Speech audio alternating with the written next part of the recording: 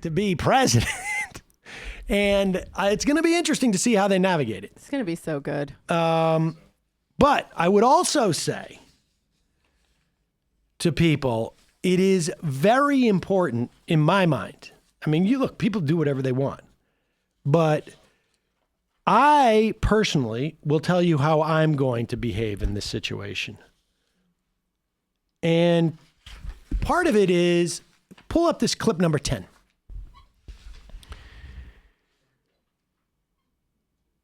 Bernie Sanders, it's not over. It is not over. And people should get out there and knock on as many doors as possible, and they should be phone banking. It is not over. He needs to win it outright so they can't pull anything at the convention. There is no doubt in my mind. Jamie is absolutely right. If Bernie Sanders is up by double digits going in, if it's, he's got 33% of the vote or more, and then his nearest competitor has 23%, no way. I do not believe there is any way in hell, no matter how much money Michael Bloomberg has or whatever, or anybody will get that nomination. A, they'd be an idiot to accept it because they're going to lose. And B, anybody who cares about the Democratic Party would be an idiot to push for something like that because it's going to destroy the Democratic Party.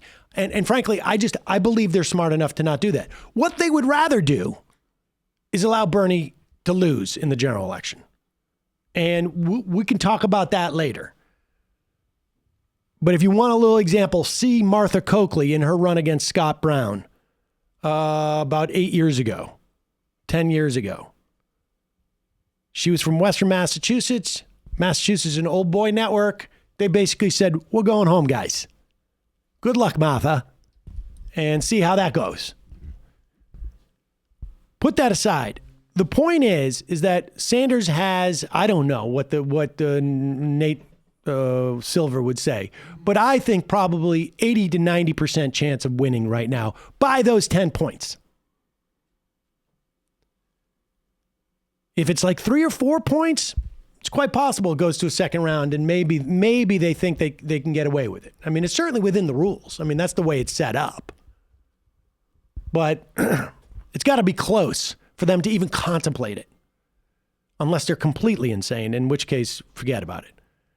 The point being, the thing to do now is to work as hard as you can for Sanders to make sure he has that type of lead, but also to be aware that you don't get extra points for being right about something. You can feel good about it, but if you're going to put, and when I say you, I'm talking about what I'm going to do.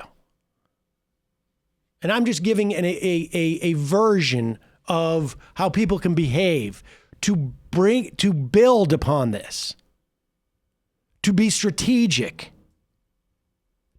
Crapping on candidates, particularly ones that are closest and most likely to become Sanders supporters sooner rather than later, is unstrategic at best and petty and dumb. And then I have a whole list of words for it after that.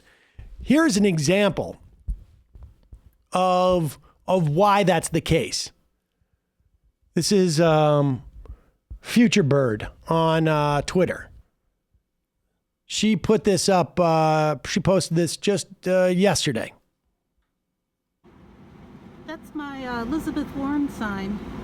It's hanging in our apartment, and I think it's really cool because all of the people in these big apartments here could see it. But, as promised, I'm going to take it down now. This is sad for me. I still like Elizabeth Warren. But listen, we've got to win.